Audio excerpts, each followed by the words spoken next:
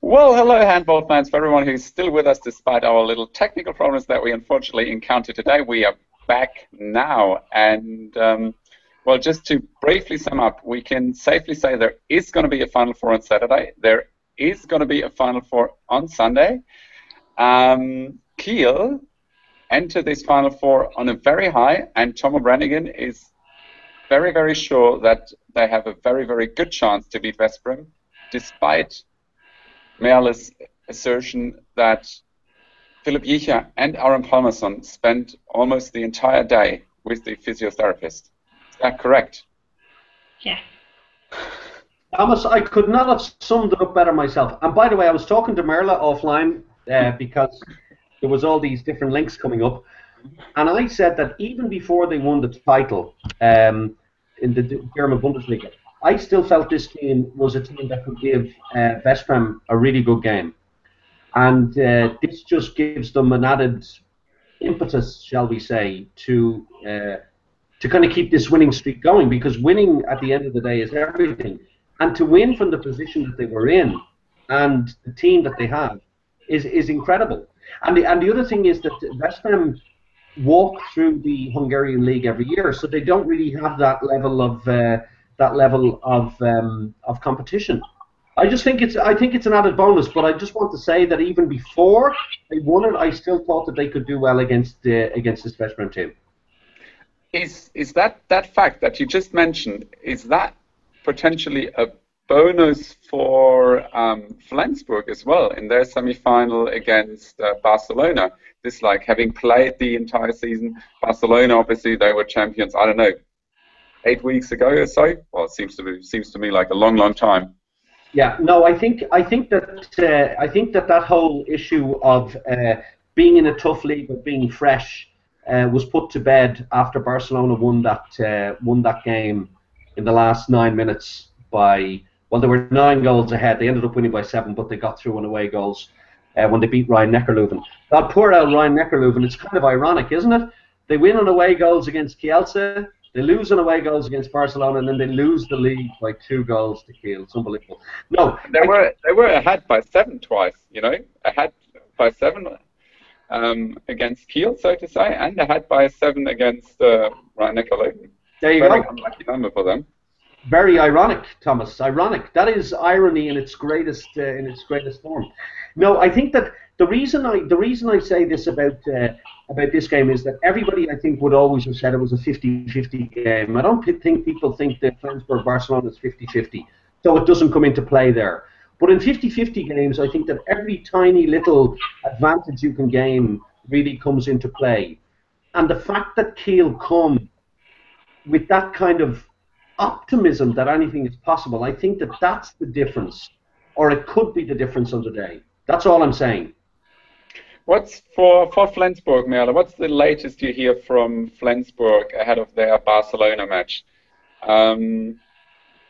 Yeah, Flensburg, they have they have a good mixture of young people and experienced people, but I think the atmosphere in Cologne and the fact that they are there for the first time may be a disadvantage for them, because this is really something, as Tom said, experience is everything there when it comes to winning a match against Barcelona. And yeah, I see them as a little Flensburg. Maybe I already said they're always good for a surprise. They can fight, but I always remember the final in the German Cup, which they lost against Berlin.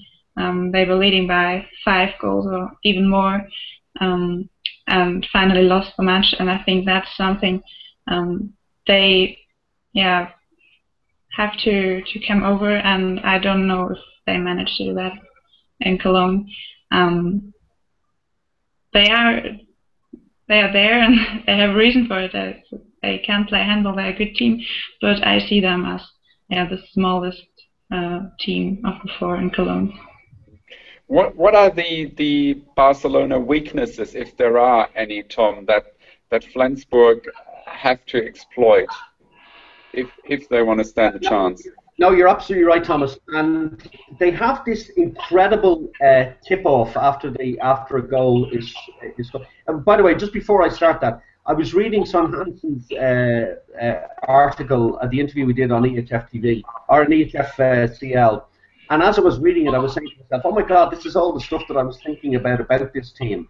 Number one, they are incredibly quick on the fast break. They've got Eggert, they've got Son Hansen, and they're incredibly quick. They have this so fast if they concede a goal, this movement from the centre to the right where they've got Glandorf, Son Hansen, and they finish very, very quickly. And Barcelona, as we know, change attackers for defenders.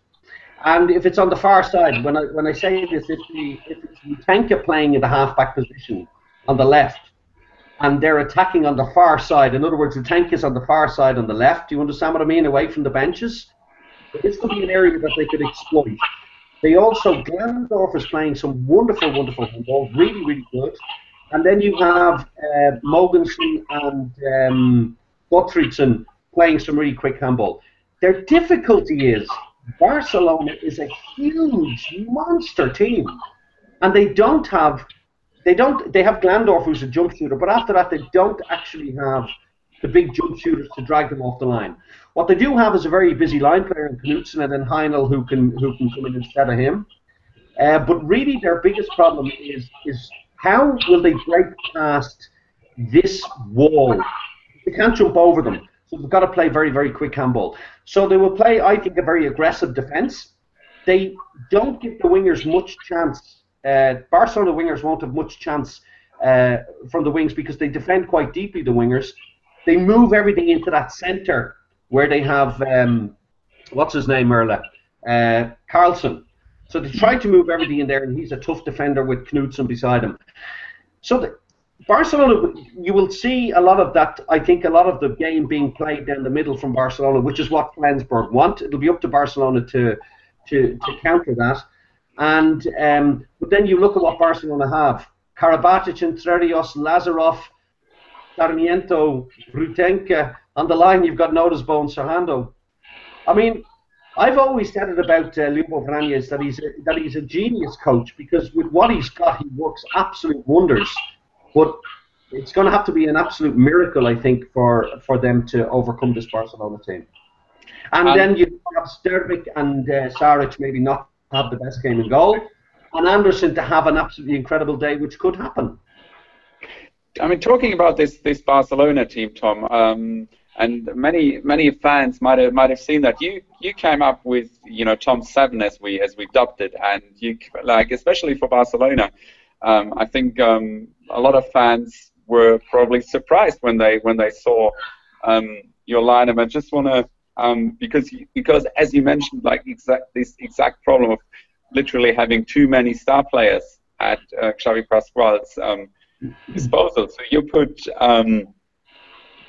excuse me, as an interesting change, you left Entrerios out of the squad and had Lazarov, Karabatic, and Rutenka playing in the back rod line, Cronin Garcia and Victor Tomas obviously playing on the wings, and Jesper Notisbo playing on the line. Can you explain a bit how you came up with this and why you think this is, for you, a squad that you would send to the court?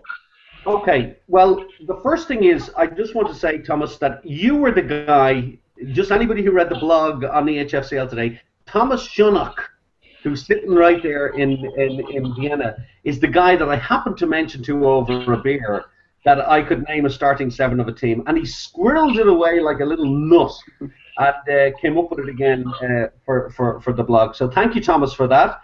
And I also want to say that any fan of any team would be able to name this. So Merlin would be able to name the KL7 that I named as well. So, okay, here's what I think.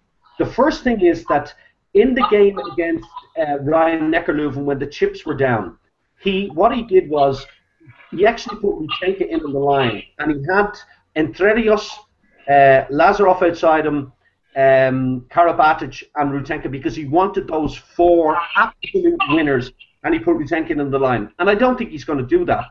But what he will notice is that the team of Flensburg is not so tall, and so I think that Entrerios is a wonderful player who moves the ball around, but he's going to need shooters. And I think that with Lazarov and Rutenka, in that backcourt division, you've got those shooters that he needs, that he can shoot over this team. He won't have to run through them. And then with Karabatic, you can't leave him out. I mean, you actually just can't leave him out. That's what I feel, Thomas. So I put him in the centre there. He's never done this before, and far be it for me, the greatest coach in the British Empire, ever to second guess this guy. I'm only kidding. But I just feel that he needs Rutenka, Lazarov, and Karabatic playing, and I think that Entrerios might be dropped. But he may just go with Entrerios again with Rutenka outside him, with Karabatic outside him, because I get the feeling that he won't drop Karabatic, and if he wants to play Rutenka, then he may, if there's a problem at the end, he may put him in on the line again. But why not, Thomas? It was just an interesting angle on what he might do. Merle, before I come back to you and let you name your starting seven that Alfred Gislason is going to send to the court in the final against Barcelona, I welcome David back. David, can you hear us better now? Yes, now I can hear you. Hello. Fantastic. Good to see you, and I'm glad you're joining us from Cologne. Well, you already confirmed that there's going to be a Final Four on Saturday and on Sunday, but what are the highlights that fans should look out for, obviously apart from the semi-finals and the two matches on Sunday? Well, it's the whole experience of handball and of a show and a whole weekend. This is the main message we can give to the fans, and I mean, this begins when you're arriving at the train station Cologne or at the airport in Cologne.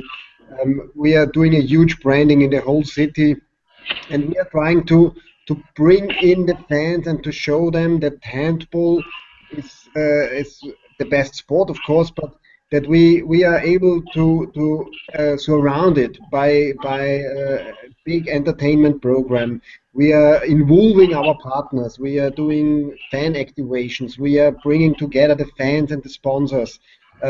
We are trying to give fans the message to be part of this highlight. And yes, this is more than only 4 games. And of course, we have to see on the one side there are 4 matches, and they are very important. They are deciding about the biggest title in club handball. But on the other side, fans should really enjoy this, and they should celebrate together a big party for the whole weekend, beginning from Friday when they are arriving with the opening party in front of the Lanxess Arena, and then of course Saturday the semi-final matches, and then the big clash on the Sunday evening. And I mean, the event itself is obviously sold out, but as far as I know, tickets for the opening party are still available. So everyone who's close to Cologne or within reach from Cologne can still come to the opening party, can't they? Yes, they can. So this opening party is open for everybody. So you do not have to be a ticket holder. This is also for the Cologne people. We invited Casalla, for example. They are a local famous band. They are doing Cologne music, Kölsch music, and they are quite popular here in Cologne. So what we are also trying to do, bring fans together, coming from Kiel, coming from West Brom. We expect a huge fan group of West Brom, and we are really looking forward to those guys from Hungary coming to this city and celebrating with us. So on Friday, this party is open for everybody. Of course, there are still tickets available because we do not have an end. Because this party can, like in public viewing in the football World Championships, whatever, we can fill it. We can fill the whole surrounding of Lanxess Arena with fans. There will be a stage. There will be the team presentations. So all the teams will be part of this show. If you be part of this opening party, you will see all players next to each other. They will be presented on stage. There will be also the moderators of the fan TV, so not you, Tom, but the others. Markus Burg, a Hungarian girl, just was very popular in the Budapest at the women's Final Four. Christina Inhofe, she is very popular from the Austrian television, where she is on the football Champions League. And then last but not least, for all the German fans, we We have Annette Sattler, who everybody knows from Sport 1 in Germany. So these moderators are introducing the players, they are introducing the teams to the fans already on the opening party, but then starting with the Saturday evening or Saturday afternoon, they are bringing us through this fan TV and entertainment program. Merle, I know you were at the Final Four last year, and I think you're going to return this year as well. Is that correct? Yeah, that's correct. Yeah. Tell us a bit about your experience. How did you experience the Final Four? It was arguably from a media perspective, but obviously you get quite close to the surroundings as well as a journalist. Yeah, last year was the first time I was in Cologne, so for me it was really exciting to be there and just impressive to see all the spectators. And yeah, it's just bigger than it is in Kiel, and even than the German Final Four in Hamburg is. So yeah, I was really impressed by the atmosphere and everything around it. So I really liked it. David, obviously Merle returns for the second year in a row. Talking about entertainment, we do have a singer who returns for the second year in a row as well, doesn't he? You see, I'm really well prepared for this Google Hangout. Yes, Rob Fowler. Rob Fowler is coming back. We met him last year for the first time. We saw him on television and at this casting format, Voice of Germany, and we invited him to be part of the last year's entertainment. And afterwards, as you know, we are a handball family, and we get to know him. And together with our team, we developed the idea of making a song together, a Champions League song, a song which is dedicated to the VELUX EHF Champions League. And well, it was hard work, because the first tries I would not have liked to bring them online or to bring them into a studio, because we didn't like it. But at the end, it worked, and we got a song which really describes what handball players are feeling, and what maybe also the fans are feeling. It's called "Do It Like Us." We have introduced this song already at the quarterfinal games. Rob Fowler was live at this amazing match in Mannheim between Leuven and Barcelona. And then 1 week afterwards, he was in the Westbam Arena, where the Hungarian fans celebrated not only Rob but also themselves. And now we are really excited of bringing Rob back. He will perform at the opening party Friday evening for the first time this song.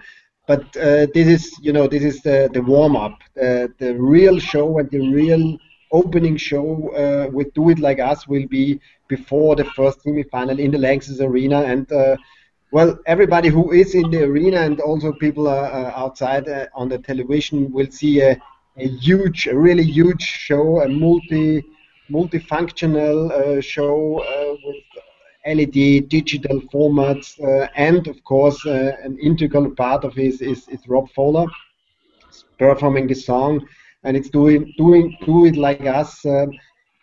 It describes, as I said, all the good things of handball, and it should be a song sing it for us, David. where people can sing, where people can get in. Sing it. Stop talking and sing it. Sing us a line of the song. Tom, this is not my business. I'm the expert in organizing. I'm not the expert like you in handball. I'm not the singer, so maybe you can sing it. I can show pictures where you sing it. Do it like us. There you go. If everything works fine. Well, I mean, every time I hear it, I want to jump. You can download it from Friday on at iTunes, and we will bring a ringtone. So then everybody of us can have it as a ringtone on the iPhone or on the mobile. I want it already. Hello. Tom, I mean, you've obviously been, well, I think we should start a Facebook competition. Can we start if Tom gets, how many likes is he supposed to get? Like 5,000, and then he sings "Do It Like Us"? Wait a minute, where's my microphone? No, Tom, you've been to all 4 Final Four editions so far, haven't you? And you're now going into your 5th, doesn't it? Yeah. Oh, yeah. No, it's. What? I have to say, it is without a doubt. By the way, I went to my first rock concert when I was 10 years old. Yeah, with my brother who was 13. Went to see Mike Oldfield. We only have like another 20 minutes left, so I don't know when you start with your first rock concert when you were 10. I don't know how that's. Go ahead. I was 10. My parents said no. Mike Oldfield. And in those days I had hair. And I remember just this feeling of awe. You know what I mean? Like I walked into this concert and there was this guy with lasers and everything everywhere. Well, I never got that feeling again because I think it's your first time. But every year I go to the Final Four. I cannot sleep for a week before I go. Now I'm not kidding. People out there might think that I'm joking, but actually my brain is just goes into overdrive about this event. It is the most incredible feeling. First of all, to go there on the days when you see the arena being prepared, and then you see all the flags in the city, and then you see the players arriving at the airports. You see the buses. They're sitting around the hotel, they're having a chat with you. And then when you go down to the arena, the fan party on the first day, whatever it might be, introducing the players, there's just this electricity in the air, Thomas. It's not possible to describe if you haven't been there. But we try to do it in our commentary in the games, of course. But there's an electricity in the air. It's like a tidal wave is about to hit you. And it just keeps coming and coming and coming, this wave, and it hits you with wave after wave of emotion all the way to the final day, with the result that you're absolutely drained on the last day, but it's been so worth it. And I can't explain it any better than that. It is, from the moment those lights go down and the opening laser show starts, you're there. But it all starts before that, the build-up, but when you're there at the actual games and the lights go down, it's incredible. And I have to say, when I look back at old handball games, Champions League, where they thought that things were good, I mean, this is stratospheric. It's in a whole other level of universe. And anybody who's been lucky enough to go there and watch their own team win, I just don't understand what that would mean to them, because it's just you can feel the atmosphere. It's amazing, Thomas. It's absolutely amazing. Thank you, Tom. Well, there's obviously some very mouth-watering advertisement for the Final Four. And David, I think for everyone who wants to be part of the 2015 event, they should be really fast, but ticket sales start quite early as well, don't they? That is right. Yes. Ticket sales for the 2015 edition starts already on Saturday. So when there's the throw-off for the first semi-final of the 2014 edition, we are starting the pre-sale. But this is the advantage for every ticket holder. You only can purchase the ticket Saturday and Sunday at the arena. So directly at the arena, there will be no online sale. And the second advantage is we are giving the same prices than in 2014 for those fans who are willing to come back in 2015.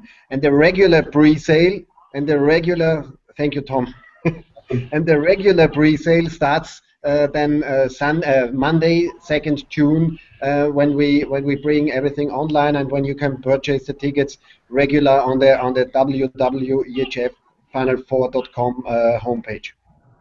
And just to give fans an idea how quickly tickets sell, I think we sold more than a quarter, or like 1/3, very, very quickly last year, didn't we?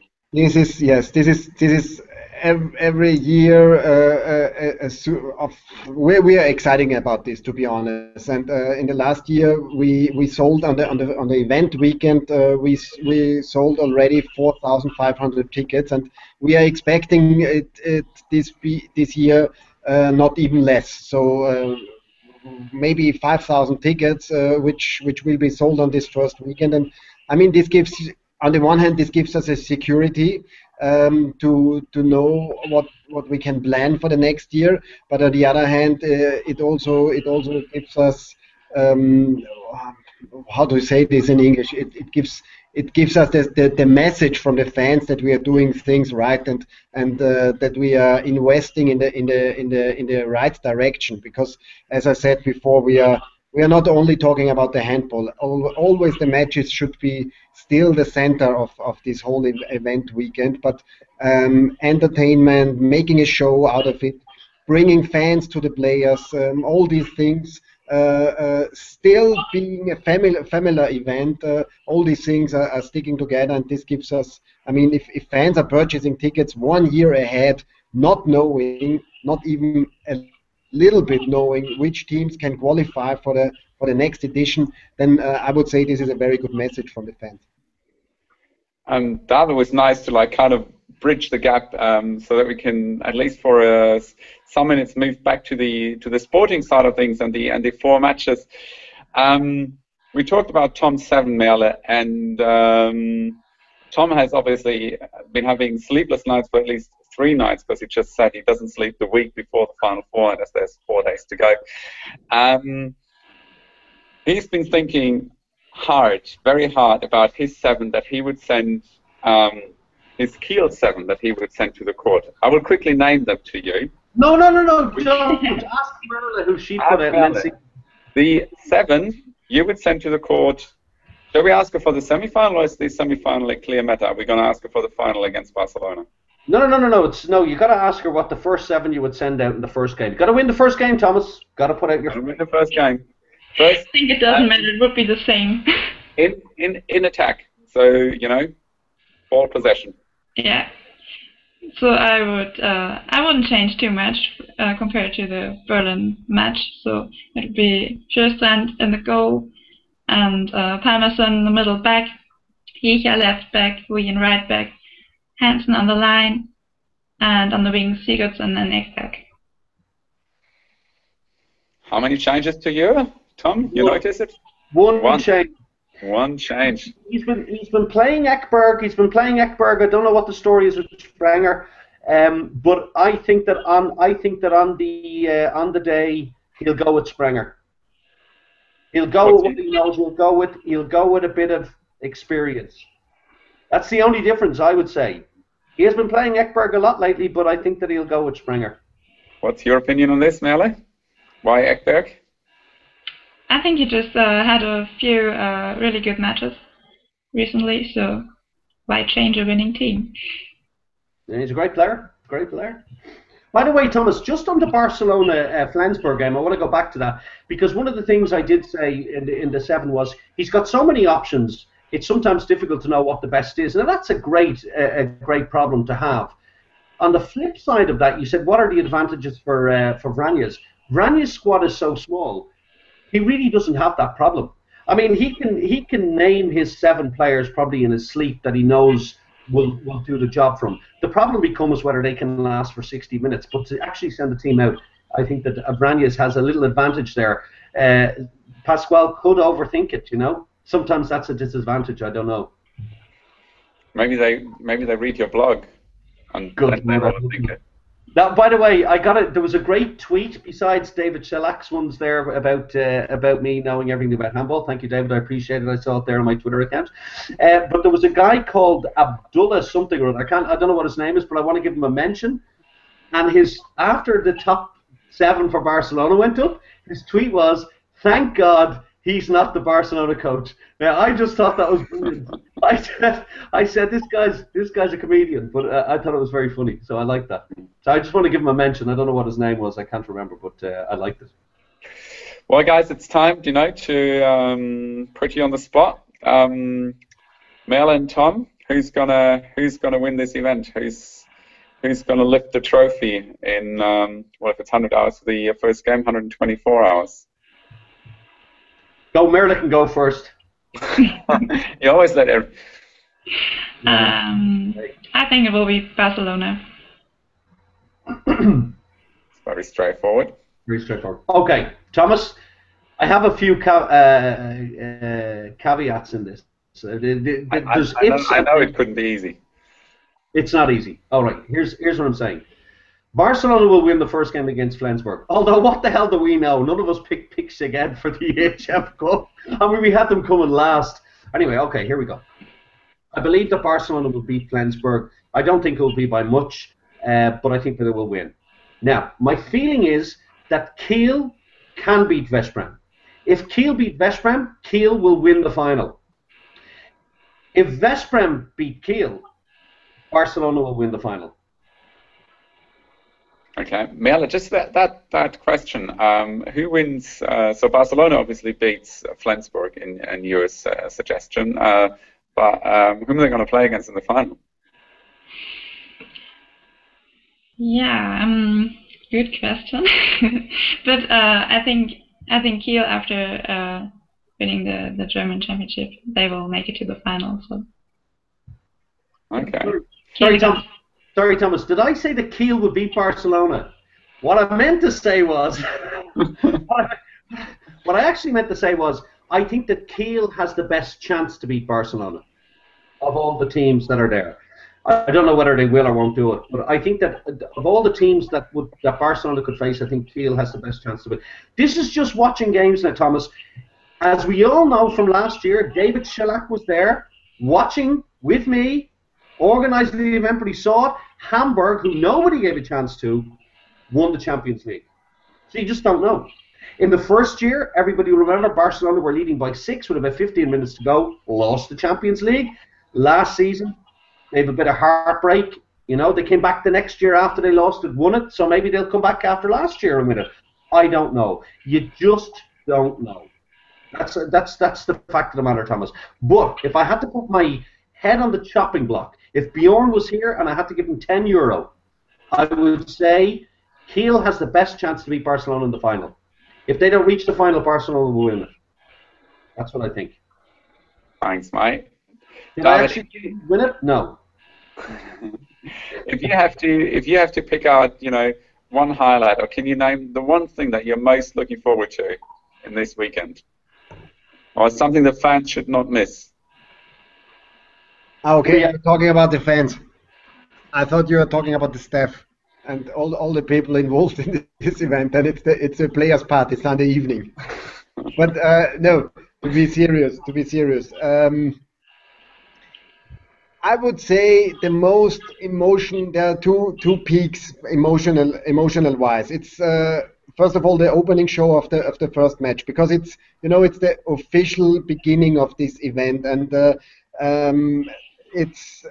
we are struggling with the people to bring them in 15 minutes before officials throw off. So officials throw off is 15 minutes past 3 o'clock in the afternoon, and the opening shows will start exactly 3 o'clock. So for the fans, it would be very, very good to be on their seat already 3 o'clock. And if the moment when the show starts, this is not only for the organizers and not only for the staff. This is also for the fans a very emotional highlight. And as I said, it's gonna be with LED walls. It's gonna be with digital content, and the game will be fans getting prepared for the 2014 VELUX EHF Final4.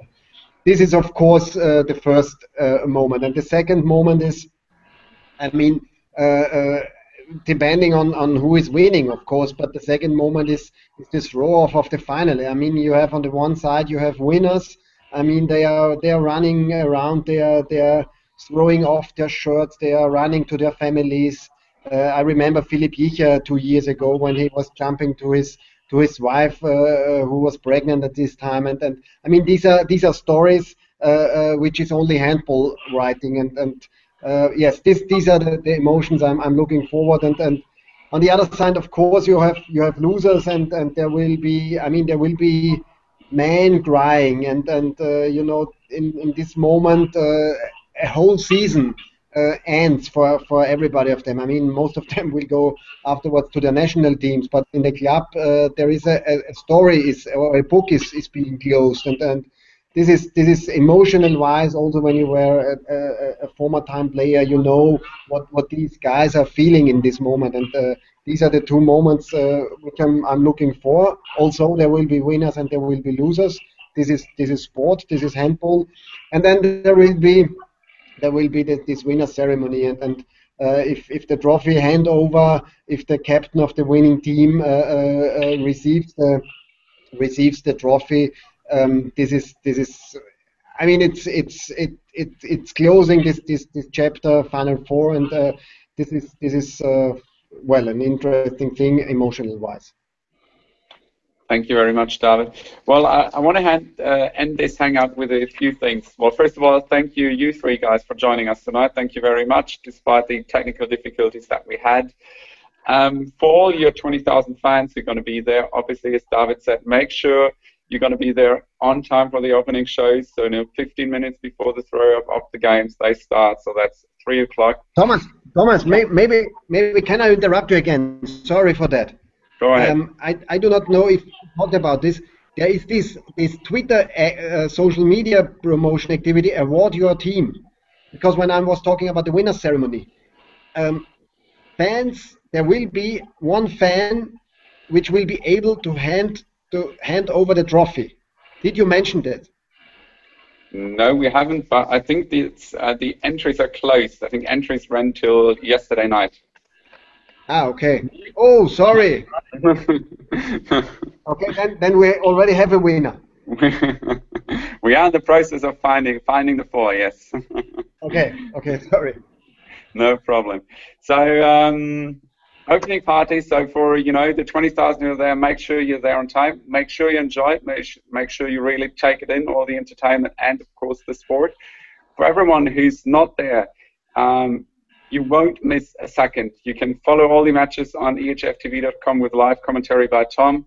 There's going to be lots and lots of video clips on ehfTV.com. There's going to be full coverage on the official website, ehffinal4.com, on the Twitter channel at ehfcl, on the Instagram channel at ehfcl, on Facebook, the EHF Champions League Facebook page. And if you want to enjoy a full handball weekend from your sofa, make sure you follow and look at these sites. I also want to mention the Google Players Hangout with Tom at 6:30, where Tom's going to talk to, I get the names right, I think it's Lassesman from Flensburg, I think it's Victor Tomas from Barcelona, Laszlo Naj from Veszprém, and Kiel, it's going to be Dominic Klein. Dominic Klein from Kiel. So tune in on at 6:30. Again, by the ehfTV.com YouTube channel, and you can see Tom chatting to these 4 players. And one very last shout out, Tom, you remember John Ryan, who was at our first hangout? The first hangout? Mr. America.